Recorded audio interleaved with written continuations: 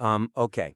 So we are looking at a highly atmospheric, spiritual monologue intended to prepare the audience for an impending life-changing encounter orchestrated by the universe. Yeah, and it already possesses a deeply resonant and comforting emotional tone, for sure. It really does. But to maximize its impact, we need to dive straight into the structural and thematic opportunities for improvement. So, a key theme running through this material seems to be the concept of recognizing the universe's subtle communications, Right. grounding the script's highly mystical affirmations with tangible, specific details will elevate the narrative from a generalized horoscope to a deeply resonant personal journey. Is there a risk that focusing solely on broad universal statements might overlook the power of specificity? Yeah, I mean, that is the main hurdle we're running into right now. The text relies heavily on these incredibly expansive, universally applicable statements. Like what? What are we seeing? Well, for instance, the author writes about the reader experiencing a delayed train,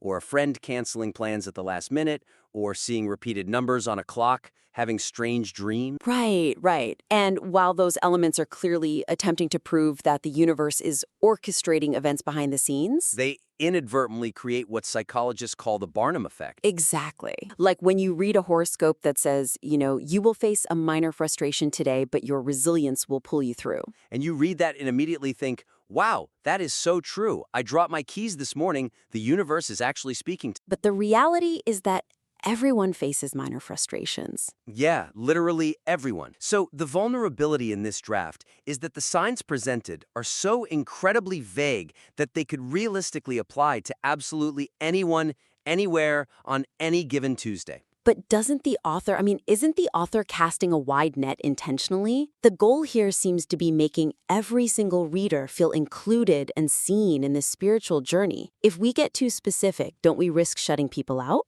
It is a common instinct to write that way, it really is, but it actually achieves the opposite effect. How so? Well, when a reader realizes that their magical, personalized sign is something millions of other people are also experiencing simultaneously, the illusion of a deeply personal cosmic intervention shatters. Oh, I see what you mean. Yeah, it waters down the emotional impact and strips away the uniqueness of the profound message the author's trying to convey. The text is basically shifting the burden of imagination entirely onto the reader. So how do we pivot and fix this? We need to tether these floating concepts to reality. The most effective pivot would be to contrast these ethereal, broad concepts with highly specific, unexpected, and grounded anchors.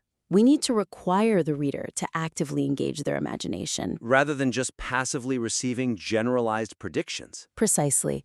When you smash these two things together, the spacey, mystical framework and the gritty, hyper-specific real-world artifacts, the magic actually feels earned. It feels palpable. We want the reader to encounter a detail so vivid that it shocks their system. Let's picture what that looks like on the page. The text currently relies on broad assertions like you'll hear a song that perfectly captures what you're feeling. Right, very broad. Instead of leaving that open-ended, the writer could describe a highly textured scenario. For example, hearing a nostalgic B-side jazz track from childhood playing faintly from the open window of a passing car. Yet the exact moment the person is questioning their life path. Exactly. That is a phenomenal shift in imagery. But wait, if we make it a B-side jazz track, don't we risk alienating a reader who absolutely hates jazz? How does the writer balance that extreme specificity with relatability? That is the great paradox of writing.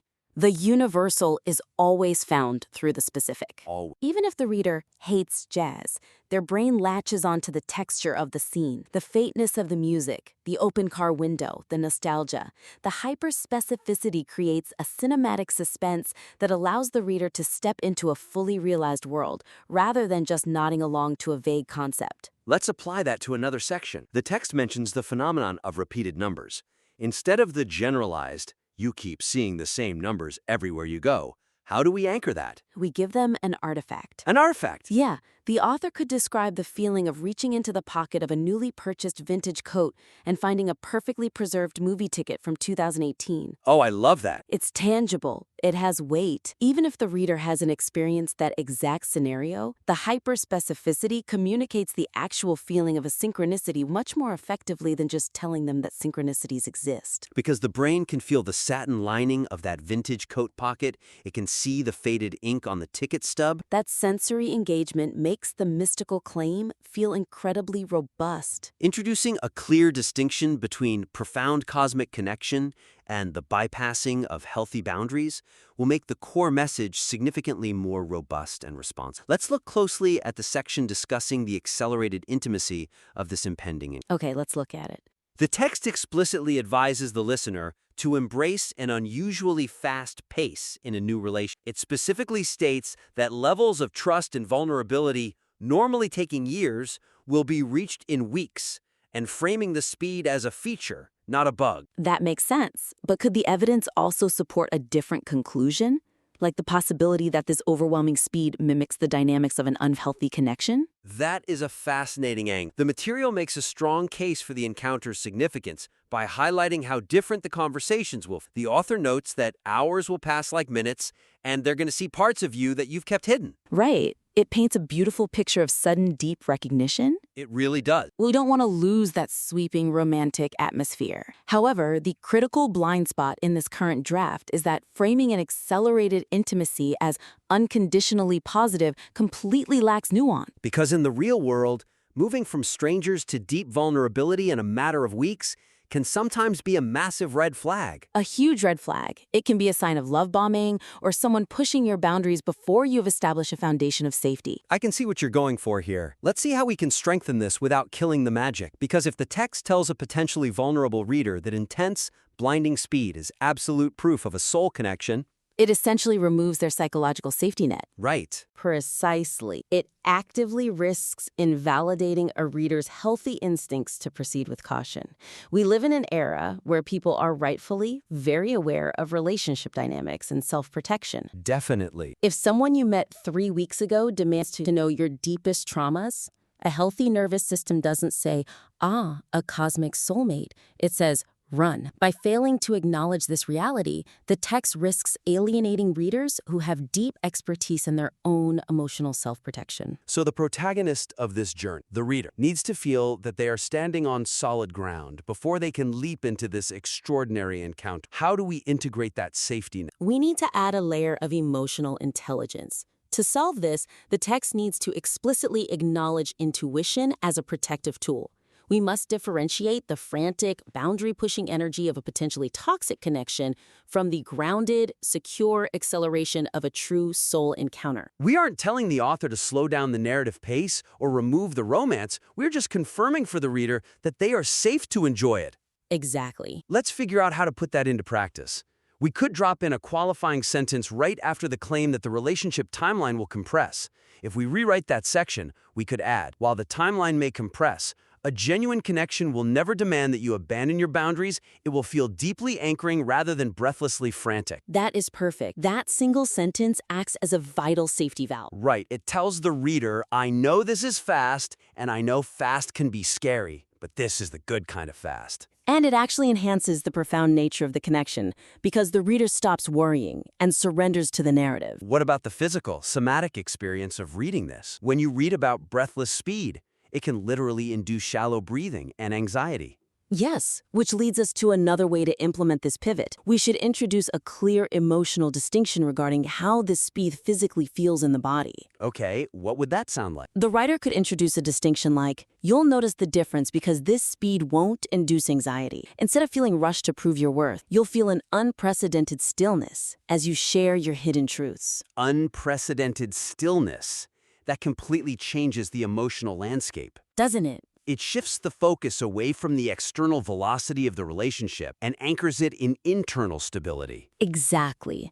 By explicitly contrasting the anxiety of a rushed dynamic with the stillness of a genuine encounter, the author provides the reader with a practical emotional compass. Reorganizing the text into a distinct chronological progression will prevent the narrative from looping and naturally build the listener's anticipation to a satisfying climax. Building on that point, what if we looked at it from the perspective of narrative momentum? We definitely need to, because where the text stumbles right now is in its flow. It constantly circles back to the exact same idea. When we map out the sequence of the paragraphs, the text moves from the universe working quietly behind the scenes To the reader noticing external synchronicities like delayed trains. Right. Then it actually describes the details of the encounter itself at a coffee shop or a work reading. But then, quite unexpectedly, the text jumps backward to discuss having strange dreams, experiencing temporal distortion, and looking for signs. Before looping back once again to the universe's perfect timing and the aftermath of the meeting. It is a bit all over the place. It creates a severe stalling of forward momentum. When an author creates suspense about an impending, life-changing encounter, the reader instinctively leans forward. They want to walk through that threshold. Of course. But when the narrative flow suddenly yanks them back to the preparation phase, back to the strange dreams and the shifting energy, it frustrates that natural anticipation. The middle section begins to drag, and all that carefully established tension just dissipates. But does a spiritual text really have to be perfectly linear? Isn't there something atmospheric and mystical about a swirling, non-linear timeline that mirrors how the universe actually works? There certainly can be. A nonlinear structure works beautifully for exploring memory or grief. But here, the core message is fundamentally about moving forward into a new chapter of life. Right, it's about progression. If the text itself continuously looks backward and repeats its own steps, it creates a subtle cognitive dissonance for the reader. The form of the piece must align with its content. That makes total sense. So, to remedy this stalling momentum, we restructure. Exactly. We need to structure the content into a clear, linear, three-act journey. The internal shift, the external signs, and the transformative aftermath. We must ensure that every single paragraph pushes the reader chronologically closer to the ultimate encounter without ever backtracking to previous phases. We are essentially taking the reader by the hand and walking them step by step up a mountain. Yes, the mountain analogy is perfect. Let's lay out how this reorganization can be executed on the page. For Act 1, the base camp, to use your mountain analogy, the author should strictly group all the preliminary internal signs together at the very beginning of the piece. This includes the vivid dreams. Yes, and the temporal distortion, where time feels like it's dragging or flying by, and the subconscious urge to change wardrobes or daily routines. Keep all of those elements strictly fenced into the first section. This establishes the internal, psychological landscape of the reader before anything actually happens in the physical world. It builds the foundation. Which smoothly paves the way for Act 2, the ascent. The author should then transition cleanly into the external catalysts. This is where we bring in the physical manifestations of the universe's orchestration. Group together the delayed trains, the unexpected invitations that the reader is tempted to decline. And those beautifully mundane coffee shop. Notice how that naturally heightens the anticipation. By moving the magic from inside the reader's head out into their physical environment, the encounter is no longer just a vague feeling. It is actively occurring in the real world. The footsteps are getting closer. Exactly. And finally, Act 3, the summit. We dedicate the concluding section entirely to the transformational aftermath. Once the encounter has happened in the text, all preceding buildup should cease entirely. No more talking about the universe's timing, no more looking for signs. The text must focus specifically and exclusively on the results of the encounter. How will these two individuals mirror each other's growth? How will they heal old wounds, open new doors of opportunity, and catalyze their mutual purpose? By dedicating the final act solely to the aftermath, the text delivers on the immense promise it made in the opening sentence. It leaves the reader feeling deeply satisfied, standing at the peak, looking forward to their own future. It resolves all that built-up tension perfectly. To quickly recap our main takeaways from today's analysis. First, we explored the necessity of anchoring the mystical atmosphere with highly specific, tangible images, ensuring the narrative avoids the vague traps of the Barnum effect. Right. Second, we address the importance of adding essential nuance to the concept of accelerated intimacy, utilizing a safety valve to ensure the reader's healthy boundaries and intuition are respected. Crucial step. And third, we focused on restructuring the narrative into a strict chronological three-act progression to maintain momentum and build satisfying, unyielding suspense. For the listener, the actionable steps are clear. Audit your text for those broad, generalized statements and replace them with hyper-specific sensory imagery. Find your version of the 2018 movie ticket. Then, Add a clear sentence validating the reader's intuition regarding relationship speed, differentiating frantic anxiety from unprecedented stillness. And finally, cut and paste your paragraphs into 3 distinct chronological buckets: internal shifts, external signs, and the transformative aftermath. Yep, those 3 steps will completely transform the piece.